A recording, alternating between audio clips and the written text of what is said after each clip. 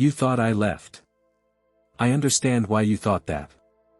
The silence was long. The prayers felt empty. The distance felt real. But I need you to hear me say this directly, I never left.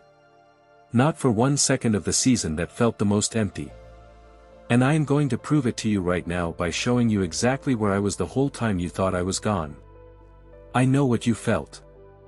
I am not standing here dismissing the feeling as if it were nothing, as if the sense of my absence was a small thing you should have simply pushed past with enough faith. The feeling of being alone in the universe is one of the heaviest things a human being can carry. It presses down on everything. It colors how you read every situation. It makes the good things feel fragile and the hard things feel permanent. I understand the weight of that feeling completely. I watched you carry it. Feeling my absence and my actual absence are two entirely different things.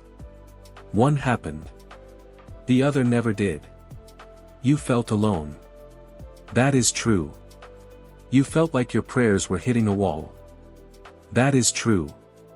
You felt like the distance between us had grown so wide that you could no longer find your way back across it. That is true. All of those feelings were real. But feelings, as real as they are, do not always accurately report what is actually happening. And what was actually happening, in every moment you felt furthest from me, was that I was closer to you than I have ever been. So before anything else, let that land. The silence was not rejection. The distance was not real. And the version of me you constructed in the quiet, the one who had turned away, who had grown tired, who had decided you were too much trouble to stay close to, that version was never me. That was fear speaking in my voice. And I am here now to replace that voice with mine. There is a version of my presence that you can feel, warm, unmistakable, sometimes overwhelming. The moment in worship when something breaks open in your chest. The answer to prayer that arrives so specifically it could not have been coincidence. The peace that floods in without explanation after a night of fear. You know that presence. You have felt it before. And because you have felt it, the seasons where it is absent become their own kind of evidence, your mind concludes, that I must have gone. But that version of my presence, the felt version, the emotionally overwhelming version, is not the only version. It is not even the most constant version. There is another kind of presence that does not announce itself. That does not produce a feeling. That does not interrupt your Tuesday with a wave of warmth to remind you that I am there. It simply holds. Quietly, invisibly, without fanfare, without requiring your awareness of it to remain real. The roots of a tree do not feel the ground holding them. But the ground never stops holding. My presence in your life has always been more like the ground than like the wind. Think about the moments in the last season that you can only explain as having been held. The moment you should have broken completely and somehow did not. The decision that could have destroyed you that you did not make, for reasons you cannot fully articulate. The morning you woke up with just enough to keep going, when the night before you had nothing. Those were not accidents. Those were not your own resilience operating in a vacuum.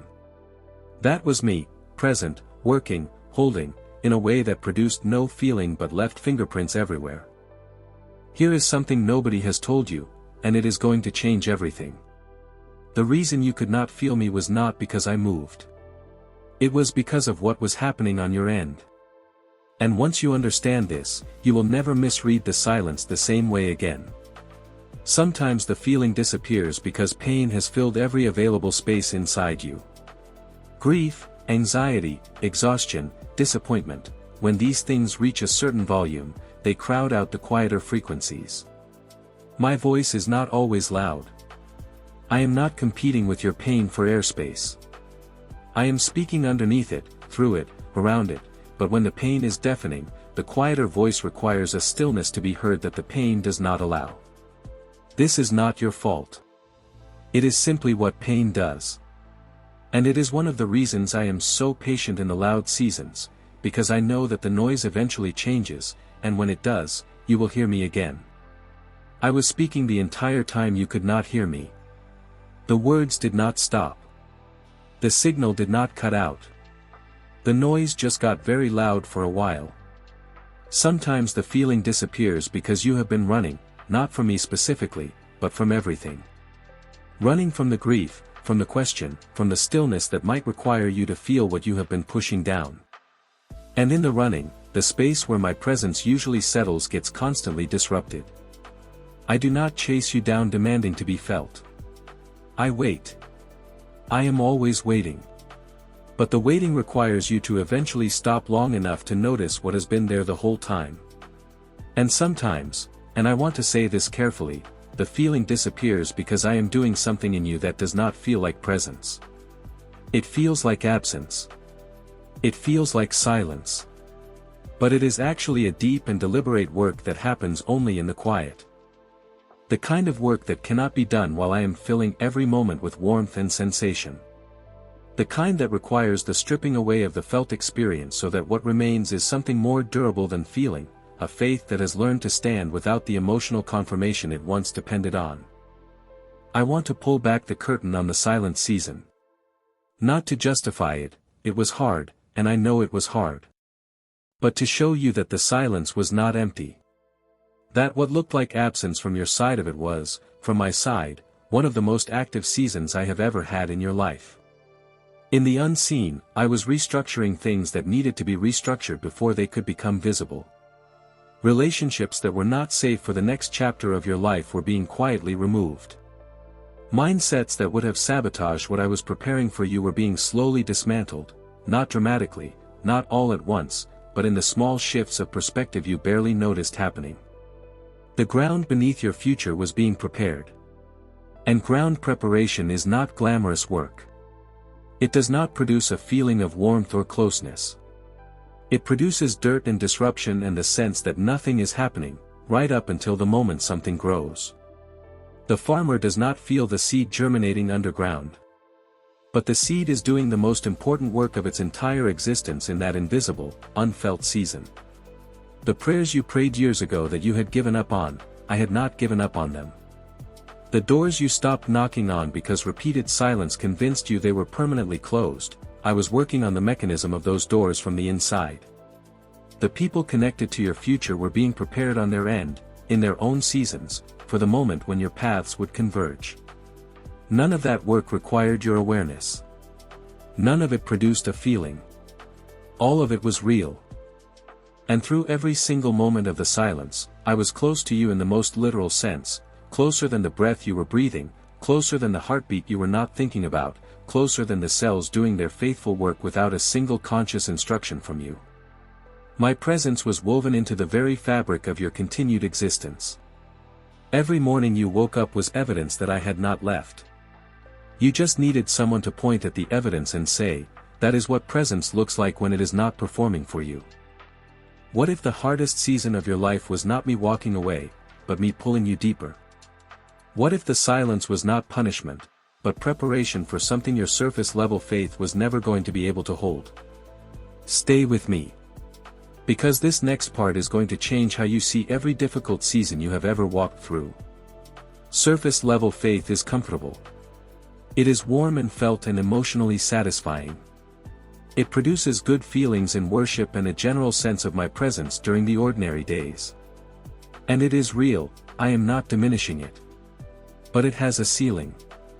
There is a depth of knowing me that surface-level faith cannot reach.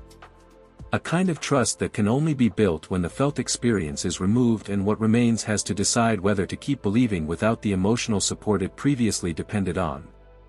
The faith that survives the silence is not the same faith that entered it. What comes out the other side has been tested in a way that makes it unshakable in ways it was not before. Peter walked on water when the feeling of faith was strong and I was visible right in front of him. But the faith that carried him through persecution, imprisonment, and every storm that followed, that faith was built in the seasons when the water was dark and the feeling was gone and the only thing left was a decision to keep trusting. That is the faith I was building in you. Quietly. In the silence. Without your full awareness of what was being constructed. I am not romanticizing your pain. I am not telling you the silent season was easy or that you should feel grateful for the suffering. I am telling you that what was built in you during that season is worth more than you currently know. And the evidence of that is coming, as the natural fruit of a root system that went deeper than it ever would have gone in the comfortable seasons. I want to give you something practical. Because knowing that I never left is important, but knowing how to reconnect when the feeling is absent is what will actually change the day-to-day experience of your life with me. So let me tell you plainly where to look when the feeling is gone. Look for me in the evidence of continued provision. Not the dramatic provision, the ordinary kind. The fact that you woke up this morning. The fact that your lungs filled without your instruction. The fact that something in your life is still functioning, still holding, still moving forward, even if imperfectly, even if slowly, when by all rights it should have fallen apart completely. Gratitude is not a feeling. It is a practice of noticing. And when you practice noticing what has continued to arrive even in the silent season, you will find that the evidence of my presence is everywhere. It was just quieter than the evidence of my absence. I am in every ordinary mercy. The one so small and consistent that you stopped registering them as mercy at all. Start registering them again. That is where I have been the whole time. Look for me in the moments that surprised you with steadiness. The moment you expected to fall apart and did not. The moment you found words you did not know you had. The moment a peace arrived that had no logical source. Those moments did not come from you. They came from the one who never left, showing up in the practical rather than the emotional, in the functional rather than the felt. And look for me in this moment. Right now. Not in a feeling, just in a fact. I am here. I am speaking. These words did not find you by accident. The specific moment in which you are receiving them is not a coincidence. I arranged this.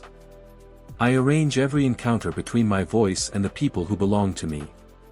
You are here because I brought you here. And the fact that you are still seeking, still listening, still reaching even after the long silence, tells me something about you that I want to tell you back. You never actually stopped believing. You just stopped feeling. And those are not the same thing. I need you to hear this before I close, because what I am about to tell you about the season ahead is the reason I brought you to this moment. The silent season is ending. And what is coming next is going to make you understand exactly why the silence was necessary. What is coming will not look like what came before. The faith you carry into the next season is not the same faith you carried into the last one. It has been through something. It knows something now that it did not know before, that it can survive the silence. That the feeling can disappear and the relationship can remain. That my presence does not depend on being felt to be real. That is not a small thing to know. That is the kind of knowing that changes how you walk through everything that follows. You are not walking back into the light the same person who walked into the dark. You are walking out stronger, deeper, and more anchored than you have ever been in your life. The warmth is returning. Not as a reward, but as the natural rhythm of seasons. Winter does not last forever. The ground that was being prepared underground begins to produce what was planted in it. The connections that were being arranged in the unseen begin to become visible. The doors that were being worked on from the inside begin to open. Not all at once, I rarely work all at once. But steadily, unmistakably, in a way that you will look back on and see clearly as the continuation of a story that never actually paused. Carry one thing forward from this moment. One thing that will serve you in the warm seasons and the cold ones, in the felt seasons and the silent ones. Carry this: my presence is not a feeling. My presence is a fact. And facts do not change based on whether you can feel them on a given Tuesday morning. I was with you before you knew my name. I was with you in the worst moments you have ever lived through. I was with you in the silence. I am with you now. And I will be with you in everything that is still to come. I never left. You just couldn't feel me. But I was always there.